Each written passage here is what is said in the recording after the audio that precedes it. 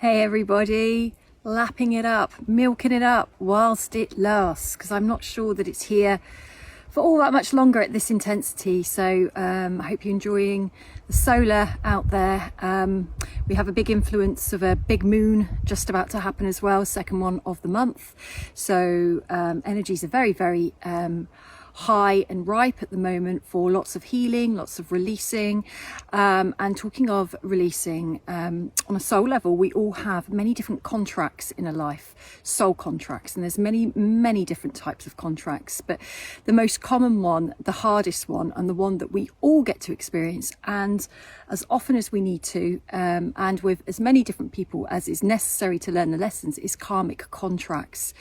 So I often think there's a bit of confusion out there sometimes about the true nature of a karmic contract. It's actually not there to hurt, even though it hurts. It does hurt on a human level, but on a soul level, it's a pre-contracted, signed up for thing to ultimately come and cause impact on you, usually through pain, because that's how we learn, in order for us to learn and overcome something really important for our soul's growth and our humans' growth, so that we never have to go through those experiences again, because it's a deep soul lesson that we have taken on board and integrated.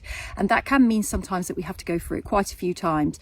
As I always say, different person, same situation, repeat means there's something we haven't learned. And we could go down a self-critical path on that. I should have learnt it the first time, or understand that sometimes it takes quite a lot of goes to actually get the true nature of what the lesson is, because it's often complex, multifaceted, not clear, not obvious, layered with triggers, blind leading the blind sometimes. But with contracts, I think the key point here that often gets overlooked in my mind is that a contract isn't over until it's over. And what I mean by that is it could look like it's over on the surface because, for example, I think the most common contract template that we are all experienced with is relationships, partners. And we can end a relationship, but it doesn't mean the contract on a soul level is over. And to be clear on that, it could be that you may never see that person ever again. But if the lesson didn't get learned, and usually some kind of soul promise, pre-contracted, pre-birth, I'm going to come and do yada yada yada to you out of soul love to help you face a certain wound of maybe abandonment or rejection or deception, or what it is to learn to love yourself. I'll put you through a not so pleasant experience so that you can understand from a soul level that there was a beautiful gift. From a human level, it's always, very hard to find the gift in something that hurts. But if we do not complete the contract, usually with the original source of the person that we were destined to do that lesson with, usually because it's come from a past life with that person, we will then go on to others that match the same template of learnings and lessons that can fit the lesson we need. They can deliver the lesson we need. We can deliver something back, because there's always a two-way street. It's never one way. There is always two ways in there somewhere. We will move on to other people to do the same lesson, but it usually comes with more force and full swing. So the lesson gets louder because we didn't learn it at source with the person we were originally contracted to. Again, how would we know this? We're not born with this manuscript in our brains on a conscious level so that we could really save ourselves a lot of trouble, but we do know it in our blueprint of our soul. So understand, when a contract is over, you know when it's not over because there's something left over. It might be frustration of what you didn't say, frustration of not leaving sooner, frustration that it got worse and worse and worse and you stayed with hope because maybe you didn't love yourself enough to leave quicker.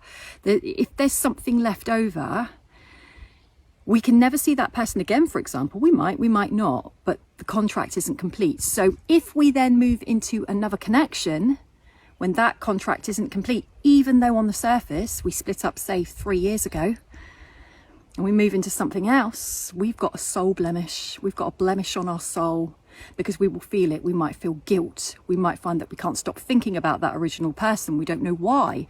We might feel that we're still getting lessons years on, like light bulb moments, things that come in that suddenly make us understand something deeper. And really the ultimate way to complete a contract is that it takes the time it takes for a contract to be over, and then it's how you leave it. It's all about how you leave it. if it's left in bitterness, if it's left in silence, if it's left in hurt, if it's left in unspoken words, it's not complete. And it doesn't mean go running back to do that, because sometimes it can take years to work out these lessons or be ready to have a conversation or ready to let it go. But karmic contracts at their core is always about self-worth. It's not really about the other person, it's about you. So we can move on into new situations and almost feel like we're betraying, or another person moves into a new situation, and even if it's been years since you were with them, it feels like a betrayal because something was left over. And it's a soul level lesson which defies the human reality of like, well, I haven't seen that person for 10 years, how can it be a betrayal, or how can it trigger, or how can it this, that or the other? Because something on a soul level is still in contract with that other soul. So we can cut cords all we like, but careful with cutting cords, because if they're not ready to cut, they'll re-establish quickly, even with fault, even with a message. And cutting cords isn't always that black and white, because it can be playing God a little bit. There's something about sending love back through the timeline of the cord to release whatever is being held onto in the time that is right, rather than I take my power by snipping the cord, because if you haven't completed the lesson yet, the cord won't snap. It will keep re-establishing. So happy lessons, everybody. Happy learning. On that cheery note, I'll let you back to your Saturday and think on. Happy Saturday, everybody.